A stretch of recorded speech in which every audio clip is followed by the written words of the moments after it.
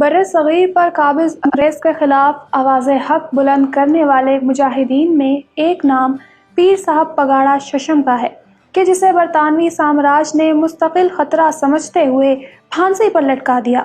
حروں کے روحانی پیشوا، سندھ دھرتی کے جانباز سپوت اور مرد مجاہد پیر پگاڑا ششم المعروف سوریہ بادشاہ کا تحریک آزادی ہند میں کیا رول تھا؟ وطن یا کفن اور آزادی یا موت کا نعرہ مستانہ لگاتے ہوئے انگریزوں کے خلاف لڑنے والے پیر پگاڑا شہید کی داستان شجاعت کیا ہے؟ تو جناب، آج ہم جنگ آزادی کے ایک اور ہیرو پیر صبغت اللہ شاہ راشدی شہید کی لازوال قربانیوں کے بارے میں جاننے والے ہیں۔ آزادی کے ہیرو سیریز کی قسط نمبر 7 میں خوش آمدید کہتے ہوئے میں ہوں مطروبہ رضا۔ اس سے پہلے کہ ویڈیو سٹارٹ کریں، سب دیکھنے والوں سے ریکویسٹ ہے کہ ہماری اس ویڈیو کو لائک کر دیں۔ اگر پہلی بار ہمارے چینل پر آئے ہیں تو اسے سبسکرائب کریں اور بیل آئیکن والی گھنٹی دباتے ہوئے آل پر کلک کر دیں۔ اور آپ مجھے انسٹاگرام پر بھی فالو کر سکتے ہیں، جس کا لنک ڈسکرپشن میں دیا گیا ہے۔ آج سے تقریباً 150 سال قبل پورے ہندوستان پر انگریزوں کا قبضہ تھا۔ تب کئی بڑے بڑے نواب اور جبے کبے پہننے والے گدیوں کے سجادہ نشین انگریزوں کے تنخواہ دار بنے ہوئے تھے، لیکن ایسے حالات میں بھی چند دیوانے تھے کہ جن کے دلوں میں جذبہ جہاد زندہ تھا اور وہ برطانوی استعمار کے خلاف لڑ رہے تھے۔ دھرتی کے دفاع کے لیے سب کچھ قربان کرنے اور مر مٹنے والوں میں ایک خاندان پیر پگاڑا کا تھا، اور حر کہلائے جانے والے ان کے لاکھوں عقیدت مند اور مریدین سندھ سمیت پورے ہندوستان کے طول و عرض میں پھیلے ہوئے تھے۔ یہاں میں آپ کو بتاتی چلوں کہ سندھی صوفیہ کے راشدی سلسلے کے ایک بزرگ کے 2 بیٹے تھے۔ ایک صاحبزادے کو سرکار دو عالم صلی اللہ علیہ وآلہ وسلم کی دستار مبارک ملی تو دوسرے صاحبزادے کو جھنڈا۔ دستار کو سندھی میں پگھار کہتے تھے، لہٰذا اسی نسبت سے ایک بھائی پیر پگاڑو یا پیر پگاڑا کہلایا جانے لگا، جبکہ دوسرا بھائی پیر جھنڈا۔ یہ سال تھا 1909 کا، جب پیر جوگوٹ خیرپور میرس سندھ میں 5ویں پیر پگاڑا سید مردان شاہ کے گھر میں بیٹا پیدا ہوا، جس کا نام سید صبغت اللہ شاہ دوم رکھا گیا۔ سید صبغت اللہ شاہ نے ابتدائی تعلیم وہیں رہتے ہوئے درگاہ عالیہ راشدیہ میں حاصل کی۔ وہ ابھی 12 سال کے ہوئے تھے کہ نومبر 1921 میں ان کے والد بزرگوار کا انتقال ہو گیا۔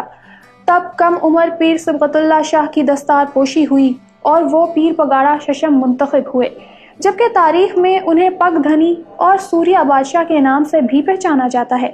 اپنی دھرتی ماں سے محبت اور اس دھرتی پر قابض برطانوی سامراج سے نفرت پیر صاحب کو ورثے میں ملی تھی۔ ان کے جانثار ساتھی اور مریدین انگریز کے خلاف 1857 کی جنگ آزادی میں بھی برسر پیکار تھے، اور وہ اگلے 100 سال تک یوں ہی لڑتے رہے۔ پیر پگاڑا ششم جب اپنے حر مجاہدین کے ساتھ مل کر انگریزوں کے مد مقابل تھے تو اس دور میں ان کے پاس صرف دیسی ساختہ اسلحہ ہی نہیں تھا، بلکہ وہ جدید اسلحے سے بھی لیس تھے۔ جب لوگوں نے سائیکل تک نہیں دیکھی تھی، تب پیر صاحب کے پاس اپنی ذاتی گاڑیاں تھیں۔ کہا جاتا ہے کہ جب بھی ان کی کوئی گاڑی خراب ہو جاتی تو کسی مکینک کو بلانے کی ضرورت ہی نہ پڑتی، کیونکہ پیر صاحب خود ہی اپنے حر مجاہدین کے ساتھ مل کر اسے ٹھیک کر لیتے۔ دلچسپ بات یہ ہے کہ انہوں نے مشینری کی ریپیئرنگ کی کوئی بھی ٹریننگ نہیں لی تھی اور یہ سب کچھ خود سے سیکھا تھا۔ اگرچہ انگریز کا سندھ پر مکمل قبضہ تھا، لیکن پھر بھی حر مجاہدین اور پیر پگاڑا ششم کی صورت میں ان کے لیے ایک مستقل خطرہ ضرور موجود تھا۔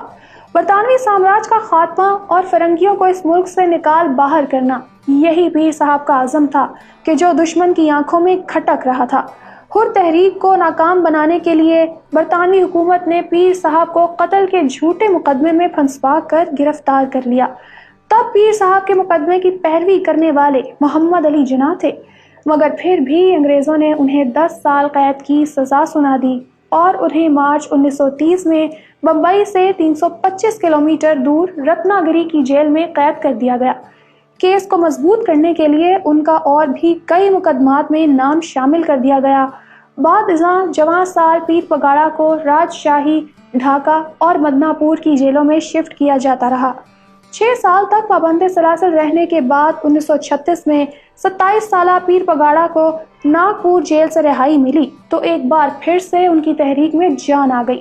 سوریہ بادشاہ اپنے آبائی علاقے پیر جوگوٹ پہنچے اور یہاں سے کفن یا وطن اور آزادی یا موت کا نعرہ مستانہ بلند کرتے ہوئے ایک بار پھر سے میدان عمل میں اتر آئے۔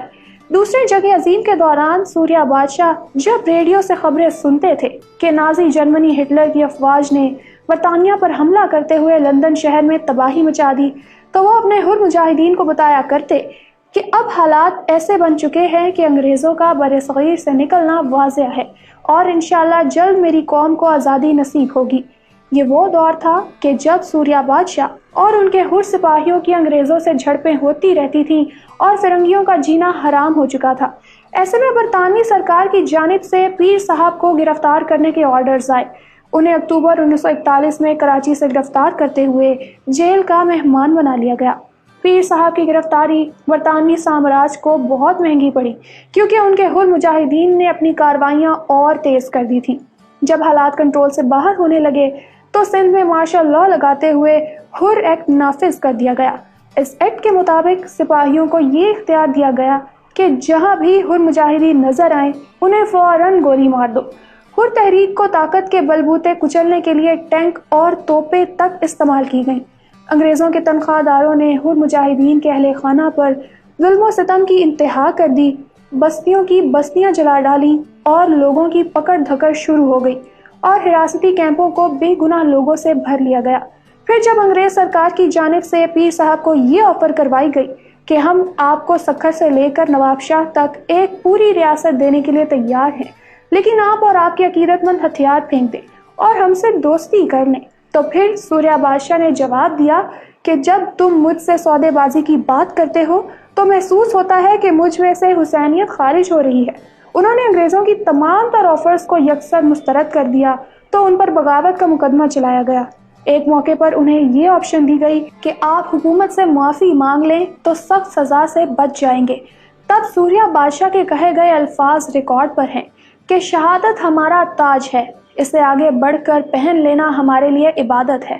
ہم نے صرف آزادی کو چاہا ہے اور یہ کوئی جرم نہیں ہے۔ ظالم سے معافی مانگنے کا ہم تصور بھی نہیں کر سکتے، ہم تو صرف اللہ سے اپنے گناہوں کی معافی مانگتے ہیں۔ بالآخر ان پر ملٹری کورٹ میں مقدمہ چلایا گیا اور پھانسی کی سزا سنا دی گئی۔ مارچ 1943 کے روز فجر کے وقت سینٹرل جیل حیدرآباد کے پھانسی گھاٹ میں سوریہ بادشاہ پیر صبغت اللہ شاہ راشدی پیر پگاڑا ششم کو لایا گیا اور وہ مسکراتے ہوئے پھانسی کے پھندے پر جھول گئے۔ شہادت کے وقت ان کی عمر صرف 35 برس تھی اور انہیں ایک نامعلوم مقام پر دفن کر دیا گیا۔ یاد رہے کہ 2017 میں برٹش گورنمنٹ نے اپنی چند پرانی رپورٹس پبلک کی جس کے مطابق سینٹرل جیل حیدرآباد میں پھانسی پانے والے سوریہ بادشاہ کو استولا کے جزیرے میں سپرد خاک کیا گیا۔ یہاں میں آپ کو بتاتی چلوں کہ استولا صوبہ بلوچستان کے ساحلی شہر پسنی سے 6 گھنٹے کی مسافت پر واقع ایک چھوٹی سی بنجر پہاڑی پر مشتمل بے آباد جزیرہ ہے۔ اس جزیرے پر مسجد سے ملحق ایک گمنام قبر آپ تصویر میں دیکھ رہے ہیں۔ غالب امکان یہی ہے کہ استولا پر گمنام قبر سوریہ بادشاہ پیر پگاڑا سید صبغت اللہ شاہ راشدی شہید ہی کی ہے۔ پھانسی کے بعد پیر پگاڑا کی گدی کو ختم کرتے ہوئے انگریز سرکار نے ان کی زرعی اراضی اور اثاثوں پر قبضہ کر لیا۔ پیر پگاڑا کے دونوں بیٹوں سید سکندر شاہ اور سید نادر شاہ کو برطانوی حکومت نے اپنی تحویل میں لیتے ہوئے برطانیہ منتقل کر دیا۔ قیام پاکستان کے بعد علامہ شبیر احمد عثمانی سمیت کئی اہم رہنماؤں کی توجہ دلانے پر پیر صاحب آف پگاڑا کی گدی کو بحال کرتے ہوئے ان کی جائیداد واگزار کی گئی۔ پاکستان کے پہلے وزیر اعظم لیاقت علی خان کی کاوشوں سے پیر صاحب کے دونوں بیٹے وطن واپس آ گئے اور ہزاروں حر مجاہدین کو پاک فوج میں شامل کر دیا گیا۔ پیر پگاڑا ششم کے صاحبزادے پیر سید مردان شاہ ان کے جانشین اور 7ویں پیر پگاڑا بنائے گئے۔ پاکستان مسلم لیگ فنکشنل کے سربراہ پیر پگاڑا سید مردان شاہ پاکستانی سیاست کا ایک بڑا نام تھے۔ یاد رہے کہ اس وقت ان کے صاحبزادے پیر پگاڑا ہشتم سید صبغت اللہ شاہ راشدی سوئم مسلم لیگ فنکشنل کے سربراہ ہیں۔ میں امید کرتی ہوں کہ آج کی ویڈیو آپ کو پسند آئی ہوگی۔ دوستو، آزادی کے ہیرو سیریز کی پہلی 6 اقساط میں ہم بالترتیب سید عطا اللہ شاہ بخاری، رائے احمد خان کھرل شہید، ٹیپو سلطان شہید، رانی لکشمی بائی المعروف جھانسی کی رانی، مولانا محمد علی جوہر اور علامہ فضل حق خیر آبادی پر ڈیٹیلڈ ویڈیوز بنا چکے ہیں۔ اگر آپ یہ ساری کی ساری ویڈیوز ایک ہی پلے لسٹ میں دیکھنا چاہتے ہیں تو یہاں اوپر کلک کریں۔ جنرل ٹکا خان کی بایوگرافی کے لیے یہاں نیچے، اور 15 امیر ترین پاکستانیوں کو جاننے کے لیے ادھر کلک کریں۔ ہمارا چینل الیکشن باکس لازمی سبسکرائب کر لیں اور ہماری ویڈیوز دیکھتے رہیں۔ اللہ حافظ و ناصر۔